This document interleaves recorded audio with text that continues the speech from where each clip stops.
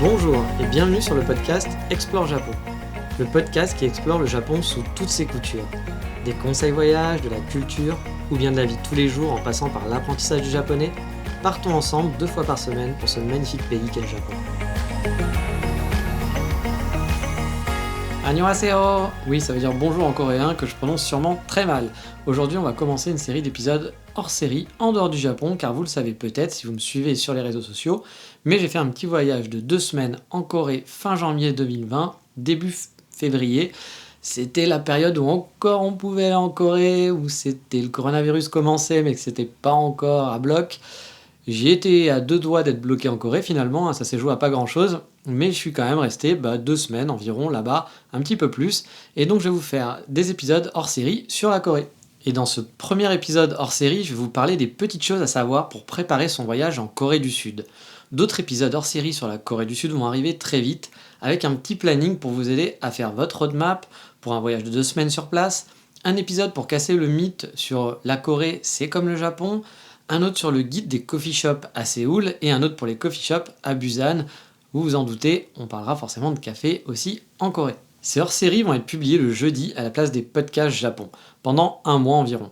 Et ensuite, on reprendra le jeudi les épisodes sur le Japon comme d'habitude. Le lundi, vous aurez toujours le droit à un épisode par contre sur le Japon. Donc en gros, pendant 1 mois environ, vous aurez le droit au lundi à un épisode podcast Japon normal classique, et le jeudi, à la place, vous aurez un hors-sujet spécial Corée pendant 1 mois. Mais allez, partons sur la préparation du voyage. Je connais beaucoup moins la Corée que le Japon. J'ai découvert pendant ce voyage, en fait, finalement, le pays, et je ne connaissais pas grand-chose avant de partir. À part quelques clichés, on va dire. Comme pour le Japon, il n'y a pas besoin de visa spécifique pour partir en vacances. Ici, vous pouvez rester 3 mois sans visa. Enfin ça, bien sûr, c'était avant le coronavirus. Là, actuellement, je ne sais pas comment ça se passe, mais avant, ça se passait comme ça. Comme le Japon, vous le savez peut-être maintenant, quand il faut venir en vacances, pour le moment, on ne peut plus venir sans visa, même en touriste. Il faut demander un visa. Et même pour l'instant, les Français n'ont pas le droit, là, le jour où j'enregistre cet épisode, les Français n'ont même plus le droit de venir au Japon. Voilà, tout simplement. Ils ont fermé les frontières à cause du coronavirus. Quand cet épisode sera publié, je ne sais pas où on en sera. Donc, désolé si les infos sont pas encore bonnes ou quand vous allez l'écouter. Mais normalement, c'est ça. Voilà, vous pouvez rester 3 mois sans visa en Corée, comme le Japon, en temps normal, on va dire. Alors bien sûr, comme pour le Japon, le premier petit conseil que je vous donnerai, c'est d'avoir une connexion internet avant de partir et de prendre un genre de pocket Wi-Fi. Alors là-bas, justement, j'ai pas pris de pocket Wi-Fi, mais j'ai pris une carte SIM data only en illimité, qui a très bien fonctionné à vrai dire. Comme pour le Japon, il suffit de se rendre sur un site, je vous ai mis le lien sur la page de l'émission, de commander sa carte SIM suivant la période où vous restez, et en arrivant sur place, en sortant de l'aéroport, vous pouvez la récupérer, l'insérer dans votre téléphone, et c'est parti. C'est vraiment simple et efficace. Pour vous dire, j'ai pris la carte SIM d'1 mois car je restais 17 jours, et c'était plus rentable que de prendre 2 fois une semaine. J'en ai eu pour une 60aine d'euros de mémoire, donc c'est quand même pas donné, mais c'est un petit peu comme le pocket Wi-Fi au Japon, c'est pas donné non plus. Bien sûr, il y a beaucoup de Wi-Fi et de free Wi-Fi ici, donc si vous voulez faire des économies, vous pouvez très bien vous passer de prendre une carte SIM. Mais bon, avec une carte SIM ou un pocket Wi-Fi, il n'y a pas de problème quand vous marchez dans la rue ou autre, vous n'êtes pas en train de vous poser des questions à savoir, faut que je trouve un Wi-Fi à droite à gauche, le Wi-Fi marche mal, au moins vous êtes peinard, donc moi, Internet, j'essaye toujours de l'avoir avec moi, mais je sais qu'il y a des gens qui font sans et qui prennent pas de carte et qui préfèrent aller sur les spots de free Wi-Fi. Après, chacun gère comme il a envie, mais si vous voulez être tranquille, autant partir là-dessus. Niveau préparation, je vous conseille aussi de prendre une application de map, du genre Napster ou Napme. Enfin, map.me, pardon. Perso, j'ai pris map.me car Google Maps ne fonctionne pas très bien en Corée. Il me semble que c'est à cause du gouvernement coréen qui demande une certaine somme que Google ne veut pas payer pour exploiter les informations en Corée du Sud. Du coup, vous pouvez accéder à Google Maps sur place, il arrivera à vous géocaliser, mais impossible de calculer les trajets à pied par exemple. Les trajets en transport en commun fonctionnent, mais à pied, ça marche pas. Donc c'est un peu chiant. Alors qu'avec l'application map.me, aucun problème pour les trajets, ça marchait bien et c'était efficace. Si vous avez un iPhone, l'application Map tout court d'Apple marche aussi sur place. De plus, avec Google Maps, j'ai aussi eu un autre problème, c'est-à-dire que si vous cherchez un lieu spécifique, comme un café par exemple, j'étais obligé de taper son nom. C'était impossible de cliquer sur la map pour avoir les informations. Si je zoomais et que je savais que le café ou le restaurant était là, je ne pouvais pas cliquer pour avoir les notes, les avis, les photos. Donc c'était un peu chiant. Donc je vous conseille vraiment d'installer avant votre départ un autre logiciel de carte, ou alors si vous êtes sur iPhone avec Map, ça fait l'affaire. Un autre truc utile que je vous ai conseillé aussi pour un voyage au Japon, c'est d'avoir une application qui va convertir les won, qui est donc la monnaie en Corée, pour avoir justement un convertisseur qui fasse won euro. En gros, 10 000 won, c'est le billet que vous allez souvent utiliser et ça équivaut, en tout cas à l'époque où j'y étais, à 7 euros environ. Bien sûr, suivant le taux de chance, ça peut varier et là avec le coronavirus, je me doute que le taux de change a dû varier. En Corée, j'ai remarqué, on payait aussi beaucoup en liquide. Même si les paiements par smartphone sont aussi disponibles, en tant que touriste, prévoyez tout de même de payer en liquide. Et contrairement par exemple au DAB au Japon où je retirais de l'argent avec ma carte N26 où j'avais pas souvent beaucoup de frais, quand j'allais dans les 7-Eleven en Corée ou dans d'autres banques, là-bas ça se faisait un petit peu plaisir sur les DAB. Donc c'est pas N26 qui me prenait un taux de change de fou, c'est juste les DAB et les banques en Corée qui se faisaient plaisir. Donc essayez de bien prévoir et de faire attention et de ne pas payer par carte partout aussi parce que j'ai l'impression qu'ils se font un peu plaisir de ce côté-là. Ensuite, pour ma part, j'étais donc là-bas en hiver, de fin janvier en gros à début février. Personnellement, je suis pas quelqu'un de frileux. Je trouve que l'hiver au Japon, par exemple, est super cool et tranquille. Ici, par contre, franchement, il faisait -15 en ressenti. Je n'ai pas eu mauvais temps du genre pluie, etc. Juste une journée où j'ai eu un peu de neige, mais honnêtement, il faisait très froid. Donc l'hiver, prévoyez des vêtements chauds, surtout si vous êtes frileux. Pour l'été, je pourrais pas vous dire, mais j'ai cru comprendre qu'il faisait très chaud, que c'était un peu le pays des extrêmes comme au Canada. Il y a un jour où vraiment j'ai eu du mal à cause du froid. Donc préparez vraiment des vêtements chauds l'hiver. Je vous dis, je suis pas frileux, vraiment pas. Il y a un jour où vraiment j'avais pas des vêtements, j'avais un manteau simple mais que je peux pas fermer.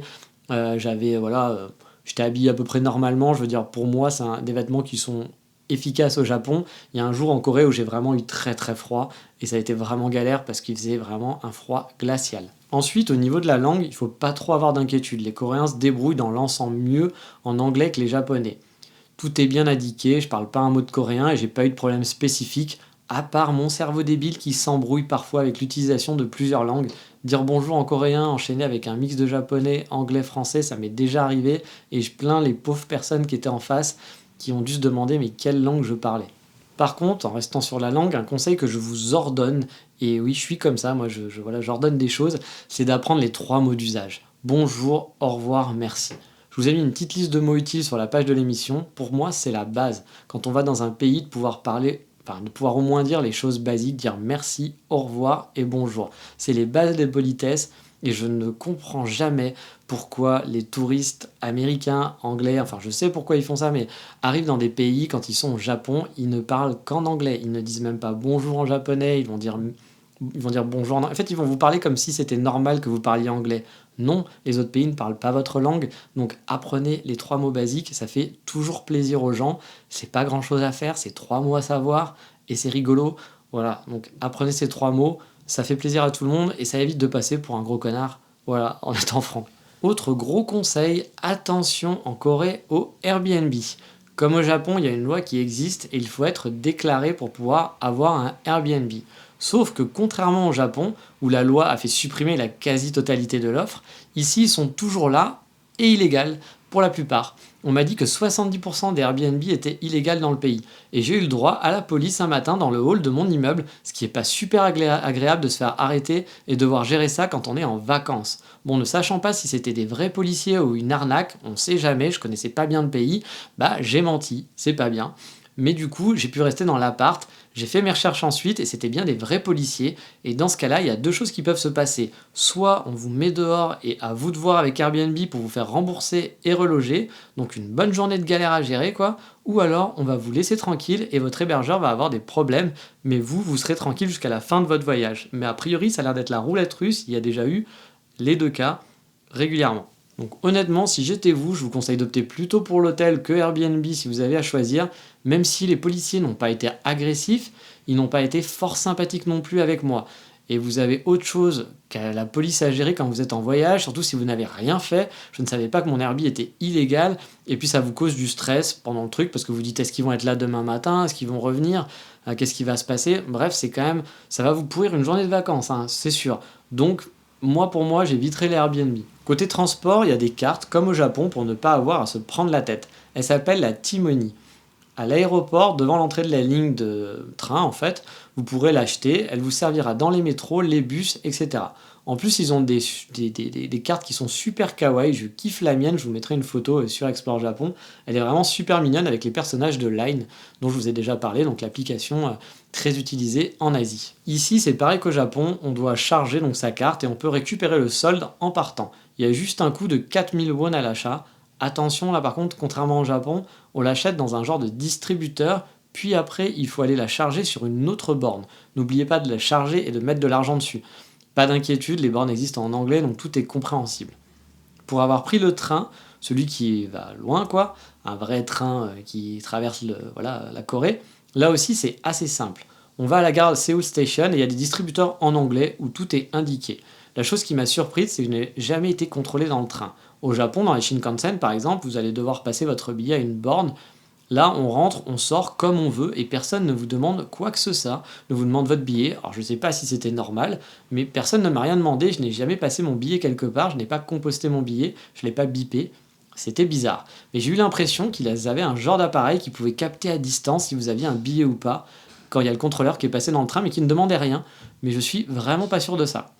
Par contre, pour le métro, là, il faut passer sa carte, la biper à l'entrée et la sortir, et elle va vous afficher combien ça vous coûte. Il y a souvent un tarif unique, et si vous allez plus loin, vous faites un changement de ligne, on vous déduira à la sortie quelques won sur votre carte. En gros, vous allez passer votre carte à l'entrée, il va vous dire, je sais plus combien étaient les prix, on va dire n'importe quoi, c'est 200 won, vous allez faire votre trajet, vous allez faire 3 arrêts, quand vous allez sortir, il n'y aura rien, et puis si vous avez fait un changement, ou que vous avez fait 45 arrêts, là il vous dira, voilà, il y a 400 won encore en plus quand vous allez passer votre carte en sortant dans le portique.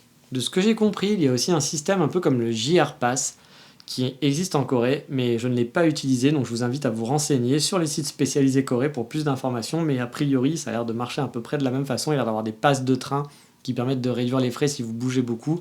Moi, je ne l'ai pas pris car je n'ai fait qu'un aller-retour pour aller à Busan, je ne pense pas que c'était efficace pour niveau économie, mais il y a plein de sites qui vous parlera de la Corée. Si vous avez envie d'avoir plus d'informations, n'hésitez pas. Une autre petite chose à savoir ici, on ne vous demandera pas de pourboire et les prix sont affichés TTC, donc pas de souci de ce côté-là, c'est comme au Japon en gros, pas de pourboire et normalement les prix sont affichés TTC, il n'y a pas de mauvaises surprises qui vont arriver, donc rien de bien compliqué. Bref, vous le voyez, pour aller en Corée, c'est un peu comme le Japon, il n'y a rien d'extraordinaire, c'est très simple de préparer son voyage, c'est pas très compliqué, si vous travaillez un petit peu dessus avant et que vous n'allez pas à l'arrache, vous n'aurez pas de mauvaises surprises. Les choses dans la rue sont assez bien indiquées, autant au Japon je parle un peu la langue, là pas du tout, et je n'ai eu aucun souci de compréhension ou d'orientation, donc vous pouvez partir le cœur léger, il n'y aura rien d'insurmontable pour vivre votre voyage pleinement en Corée. Voilà pour le petit tour préparatif de son voyage avec les infos basiques mais pratiques, pas de coup de cœur du moment pour ces hors-séries, et dans le prochain épisode, je vous fais un petit planning de 2 semaines en Corée en vous expliquant quoi voir, quoi faire par rapport à mon expérience que j'ai eue ici, moi aussi finalement pendant 2 semaines. Mais sur ce, je vous dis à bientôt, ciao, pas mata, parce que on n'est pas au Japon. Bye bye.